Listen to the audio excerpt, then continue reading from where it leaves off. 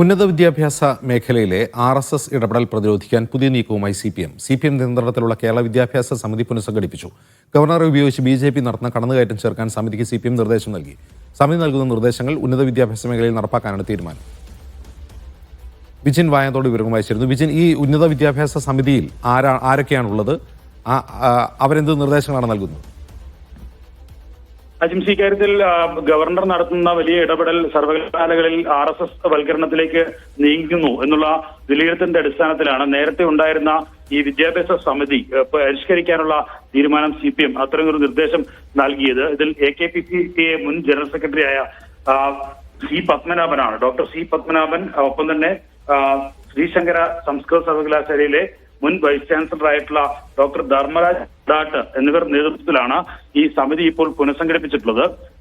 ഉന്നത വിദ്യാഭ്യാസ മേഖലയിലെ അധ്യാപകരും അനധ്യാപകരുമായിട്ടുള്ള ആളുകൾ ഉൾപ്പെടെ ഈ സമിതിയിൽ അംഗങ്ങളാണ്. ഇതിൽ കൃത്യമായ നിലയിലുള്ള ഇടപെടൽ നടത്താനും അത് ഉന്നത വിദ്യാഭ്യാസ മേഖലയിലെ RSS ഇടപെടൽ പ്രതിരോധിക്കാൻ ഇതിനായി മാർഗരേഖ തയ്യാറാക്കാനുമുള്ള നിർദ്ദേശമാണ് നിലവിൽ ഇപ്പോൾ ഈ സമിതിക്ക് CPM നൽകിയിരിക്കുന്നത്. ഗവർണർ ഉപയോഗിച്ച് BJP നടത്തുന്ന കടന്നുകയറ്റം ചെറുക്കാൻ സമിതിക്ക് CPM നിർദ്ദേശം നൽകിയിട്ടുണ്ട്. ഇതിനായി കർമ്മപദ്ധതി തയ്യാറാക്കും.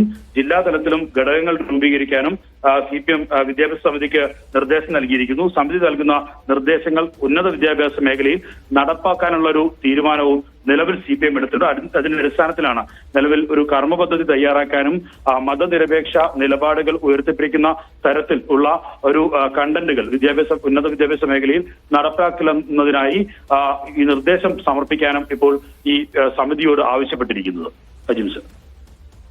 ശരി.